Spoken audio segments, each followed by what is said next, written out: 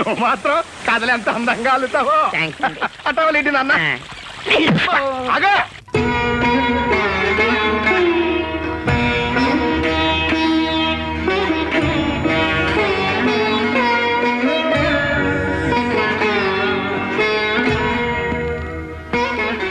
ఏమిటి వదిన ఇది?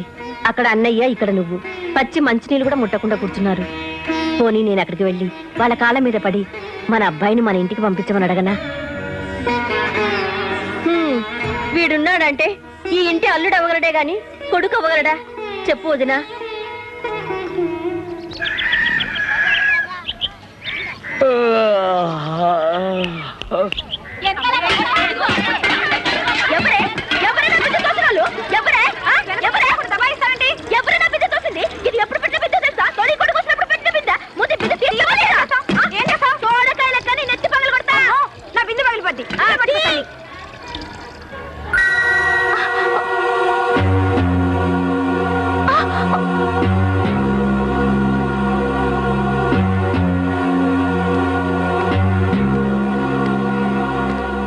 ఆ కార్డు ఇవ్వమ్మా, ఇవ్వమ్మా.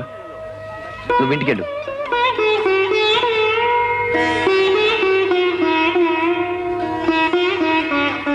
రెండు ప్యాకెట్లు.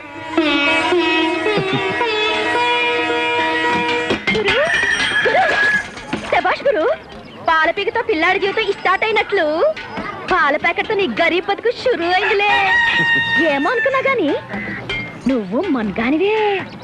మా అన్న నేను రూపాయి దానం చేయమంటే నువ్వు జీవితమే దానం చేసినావు. అట్లా మాట మీద నిలబడేటోడంటే నేను ప్రాణమే ఇస్తా. రాధాబాయ్, అక్కడితో పులి స్టాప్ పెట్టు. ముందుకు పరిగెత్తుకెళ్ళి మనసు పారేసుకుంటే మిరపకాయ బజ్జీలో బజ్జీ తినేసి కాడను పడేసినట్టు పడేస్తారు. డబ్బున్నోడు.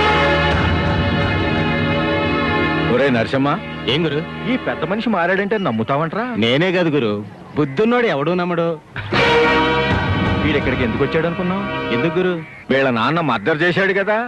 ఈ పిచ్చోళ్ళు ఆ కేసు పెట్టకుండా ఉండటానికి నాటకం ఆడుతున్నాడు.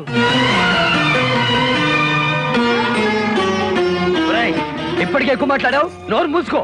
మోస్తా గాని నువ్వేదో రంగారావు కుటుంబాన్ని ఆదుకోవటానికి వచ్చావంట కదా. నాకు కొంచెం ఒళ్ళు పట్టు, డబ్బులు ఇస్తాను. అవి తీసుకెళ్ళి వాళ్ళ కాస్త గంజి నీళ్ళు పోయమ్మా.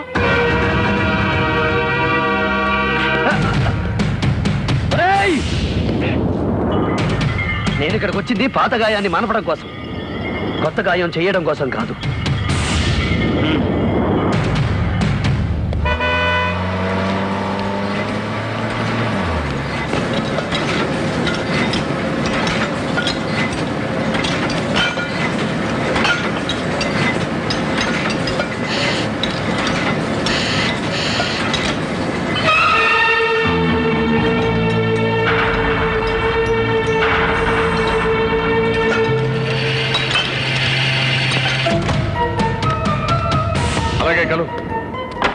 ఏ అధికారంతో నాకు ఈ ఊస్టింగ్ ఆర్డర్ ఇచ్చారు? ఈ ఫ్యాక్టరీలో అపాయింటింగ్ అథారిటీ నేను. నాకు తెలియకుండా ఎవడిచ్చాడు ఈ ఉద్యోగం? కార్మిక కుటుంబంలో ఒక వ్యక్తి మరణిస్తే అదే కుటుంబంలో అర్హతలు ఉన్న వ్యక్తికి మీ ఫ్యాక్టరీ రూల్స్ ప్రకారం ఉద్యోగం ఇవ్వాలి. నాకు నచ్చని వాళ్ళను డిస్మిస్ చేసే హక్కు నాకుంది. నిన్ను తీసేశాను, వెళ్ళొచ్చు. తీసేయడానికి నేను కాంట్రాక్ట్ కూలీని కాదు, సరైన కారణం ఉండాలి. నా కొడుకు నా ఫ్యాక్టరీలో ఆఫ్టర్ ఒక కార్మికుడిగా పనిచేయడం నాకు ఇష్టం లేదు. నేను మీ కొడుకుని కాదు, నా ఇంటి పేరు మారిపోయింది. కానీ నీ ఒంట్లో రక్తం మారలేదు, అది నాది. తినే తిండిని బట్టి నెత్తురు మారుతుంది. ప్రస్తుతం నా ఒంట్లో ఉంది ఫారెన్ విస్కీ రక్తం కాదు, గొడ్డు కారం నెత్తురు. పిచ్చివాడ, ఈ ప్రపంచం పేదవాళ్ళది కాదురా, ఉన్నవాళ్ళదా? ఒకసారి వెనక్కి తిరిగి ప్రపంచ పట్టాన్ని చూడండి. 6 ఖండాలు పేదవాళ్లతో నిండిపోతే మీ ఉన్న వాళ్ళందరినీ కుప్పగా పోసినా శ్రీలంకంత ఉండరు. ఒక్కడే అయినా శాసించాధికారం రాజుదే. శ్రీమంతుడికే సుఖపడే జాతకం రాశాడు ఆ భగవంతుడు. రాజ్యాల్ని, రాజుల్ని తలకిందులు చేసిన విప్లవకారుల్ని, శ్రీమంతులకు సింహస్వప్నాలైన శ్రామికుల్ని పుట్టించింది ఆ భగవంతుడే. ఓట మీదకున్న అదృష్టవంతుడి నేను. నాతో పంతానికి దిగితే పశ్చాత్తాపడేది మీరే. ఏదో ఒక రోజు ఏసీ మిషన్లు గుర్తుకొచ్చో, పెంచికారులు జ్ఞాపకానికి వచ్చో, ఈ ఆయిల్ కంపెనీ నైట్ షిఫ్ట్ల్ని అసహించుకొని నా ఇల్లు వెతుక్కుంటూ నువ్వే వస్తా. అది ఈ జన్మకు ఆవేశాన్ని ఆదర్శం అనుకుంటున్నావు.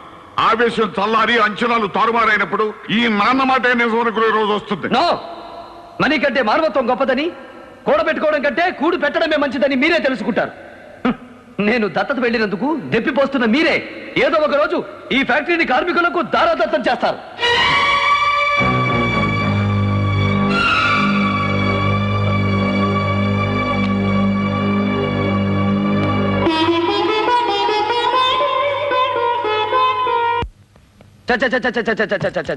మార్కెట్లో ధరలన్నీ మండిపోతున్నాయి.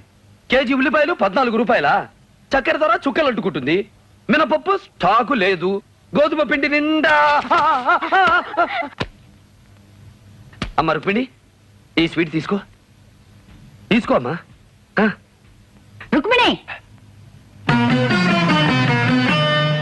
అమ్మా ఎవర్రా నీకు అమ్మ?